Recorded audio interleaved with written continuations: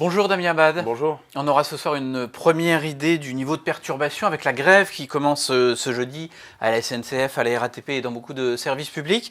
Les Républicains ne soutiennent pas cette grève, mais ne soutiennent pas non plus le projet de réforme du gouvernement, réforme des retraites.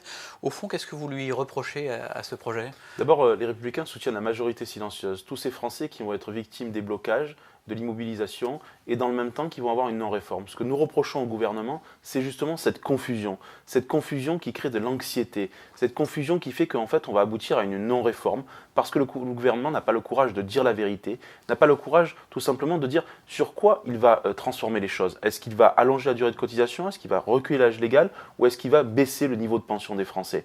Sur les retraites, eh bien, il faut effectivement débusquer la vérité, c'est cela l'enjeu, et c'est ce que nous reprochons aujourd'hui au gouvernement. Le principe même de la réforme, un régime universel, un euro cotisé qui donne les mêmes droits à la retraite à tout le monde, qu'est-ce que vous en pensez ? Nous sommes pour un régime universel de base, mais nous ne sommes pas pour la fin des régimes complémentaires. Parce que sinon, qu'est-ce qu'on va dire aux artisans, aux commerçants, aux professions libérales, à toutes celles et tous ceux qui ont cotisé et qui ont aujourd'hui un régime de retraite excédentaire ? Le gouvernement rajoute de l'injustice à l'injustice.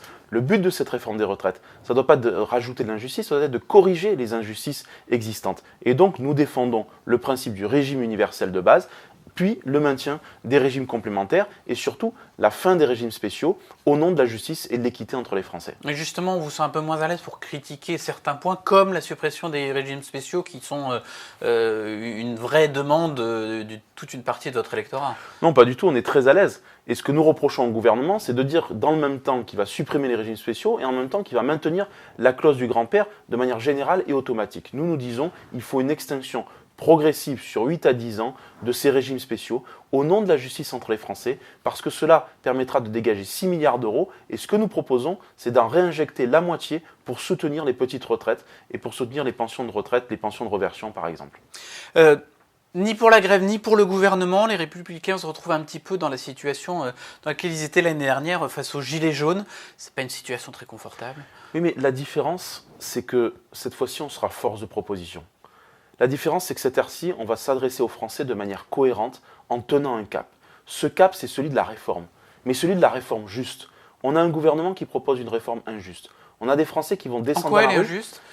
Par rapport au régime complémentaire pour les artisans et les commerçants, par rapport aux mères de famille, par rapport aux carrières longues, par rapport également à un certain nombre de Françaises et de Français qui ont travaillé tôt et qui vont partir à la retraite sans âge légal en tant que tel. Et au-delà de cela, l'injustice aussi, elle est parce qu'on ne veut pas dire la vérité. Nous, on est franc, on veut repousser l'âge légal à 65 ans.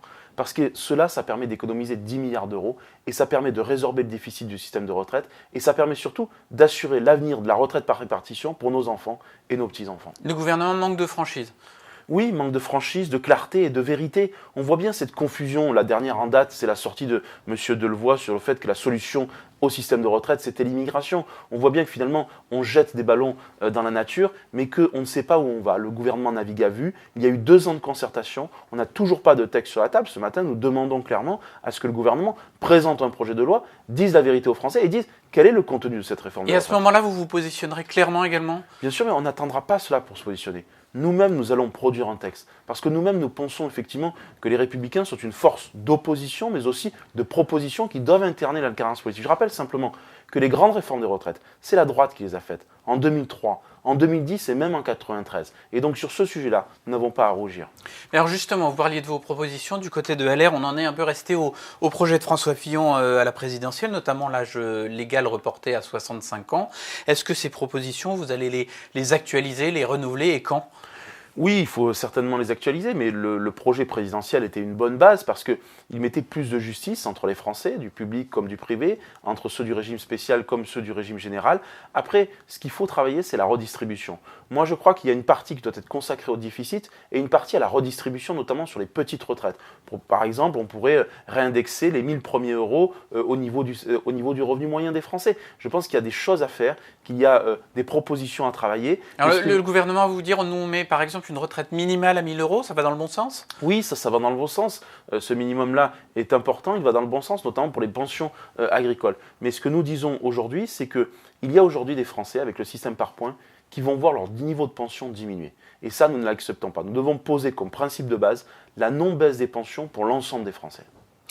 Si le blocage dans les transports est durable, ce qui est possible, votre message au gouvernement, ce sera quoi? Ce sera il faut tenir parce que malgré tout, il y a des points qui vont dans le bon sens, ou alors il faut lâcher du lest? Il faut surtout changer de méthode. La concertation, pour la concertation, non. La concertation, elle doit se baser sur un texte, il doit y avoir des échanges, et on doit surtout faire confiance au dialogue social. Moi, je note que ce gouvernement et ce président de la République ont eu de cesse de casser le dialogue social, de casser les corps intermédiaires, de mettre en branle finalement le pays. Et donc aujourd'hui, ce que nous voulons, nous, c'est pas attiser les tensions. Nous prenons nos responsabilités. Nous ne sommes ni le Rassemblement national, ni la France insoumise, et nous ne sommes pas là pour agiter les peurs et bloquer les Français. On n'a pas toujours connu la droite louer les corps intermédiaires et les syndicats de cette façon. Oui, et bien je pense que c'est d'ailleurs, vous savez, Gérard Larcher avait posé le principe du dialogue social dans la loi. Je pense que c'était une belle initiative. Je pense que le rôle de la droite, il est aussi de faire confiance aux corps intermédiaires, aux syndicats qui sont dans la négociation, pas ceux qui sont dans une culture d'opposition, bien entendu. Mais vous savez, c'est essentiel qu'on ait des partenaires sociaux et qu'on ait cet échange-là, parce que sinon, qu'est-ce qui va se passer? Eh bien, on va toujours descendre dans la rue et les Français, ils auront la double peine, la non-réforme et le blocage. Vous avez peur de violence à l'occasion de ces manifestations et de ces grèves? Bien sûr qu'on n'est jamais à l'abri de débordements, de violences, de troubles à l'ordre public. Vous savez, aujourd'hui, on approche les périodes de Noël. Et moi, je voudrais aussi lancer un message d'alerte par rapport aux commerçants, aux artisans, toutes celles et tous ceux qui font beaucoup de chiffre d'affaires dans cette période de Noël et qui vont encore une fois être les victimes, malheureusement, de cette tension sociale. Je pense que faire des gilets jaunes l'année dernière déjà. Et ils n'ont pas à être pris en otage d'un conflit qui les dépasse. Ce que veulent la majorité des Français, c'est tout simplement pérenniser un régime de retraite auquel ils sont tous très attachés pour leurs enfants et leurs petits-enfants. Autre sujet, l'OCDE publie ce matin, comme tous les 3 ans, son fameux classement PISA sur le système scolaire. Alors le niveau des élèves français est à peine au-dessus de la moyenne de l'OCDE et surtout notre point faible, c'est la reproduction et même l'aggravation des inégalités sociales par l'école. C'est un échec collectif, droite-gauche confondus? Oui, je crois qu'on a un travail, on a trop vécu sur nos acquis. L'école de la République, c'est le ciment de la société française. Mais regardez les inégalités qu'il y a socio-économiques et géographiques. D'ailleurs, Jérôme Fourquet, dans son ouvrage L'archipel français, le dit très bien. Aujourd'hui, pour un jeune Picard, par exemple, qui vit au fond de sa campagne, eh bien, l'égalité des chances est contestée et n'est pas la même pour tous. Je crois qu'il faut effectivement travailler ce thème de l'égalité des chances, de l'ascenseur social, de la promesse de la méritocratie républicaine. C'est cela que les républicains et que la droite doit porter comme discours. Pas un discours sur l'égalitarisme, un discours sur l'égalité des chances pour tous. Je précise que l'étude date de 2018. Le dédoublement des classes de CP dans les quartiers d'éducation prioritaire mis en place par Jean-Michel Blanquer est censé justement répondre à ces ratés de l'éducation nationale. Est-ce que ce type de mesures, vous les conserverez si vous revenez aux manettes en 2022? Oui, mais le problème, c'est qu'on a habillé Paul pour déshabiller Pierre, parce que parallèlement à cela, on a fermé des classes en milieu rural. On a eu plus de 1000 fermetures de classes en milieu rural. Donc le dédoublement des CP, oui, à condition que ça ne se fasse pas au détriment des écoles en milieu rural.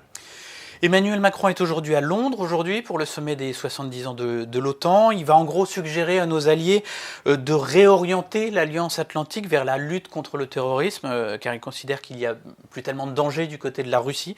Est-ce que c'est une proposition sensée? Oui, il a raison. Vous voyez qu'on peut être dans l'opposition et approuver quand il y a des choses qui sont intelligentes, notamment sur le plan international. À droite, nous défendons l'OTAN. Je pense que l'OTAN doit participer à la lutte contre le terrorisme, effectivement. Ce que je souhaite simplement, c'est que la France ne fasse pas cavalier seul, qu'elle ne donne pas des leçons aux autres, mais que simplement elle crée une dynamique collective pour effectivement aller dans ce sens-là. Donc encore une fois, c'est une critique de la méthode d'Emmanuel Macron? Non, ce n'est pas une critique de la méthode. J'ai dit que ça allait dans le bon sens, que c'était simplement, je veux que la France ne soit pas toute seule et que ces initiatives-là soient partagées par les autres pays.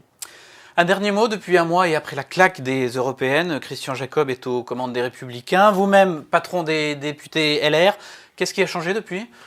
D'abord, c'est de renforcer les liens entre le parti et le groupe. C'est essentiel qu'on porte un projet politique commun. C'est ensuite aussi le renouvellement des visages. On était au Conseil national samedi. Il y a une nouvelle équipe dirigeante qui est en place, qui fait la place à la nouvelle génération et surtout aux nouvelles idées. Ce qui a changé aussi, c'est que la droite veut désormais réinvestir le champ social, le champ des idées. Et ça, avec un congrès des idées qui aura lieu au mois de juillet, avec des contre-propositions de loi qui seront portées par notre groupe à l'Assemblée nationale. Et puis, ce qui a changé peut-être, c'est retrouver un peu l'esprit collectif, cette capacité à chasser en meute. On en a besoin aujourd'hui, la droite. Vous aviez perdu ça ? Certainement. Certainement que l'ambition individuelle est tout à fait louable, mais aujourd'hui, seule la force du collectif permettra à la droite de relever la tête. Merci beaucoup, Damien Abad. Merci.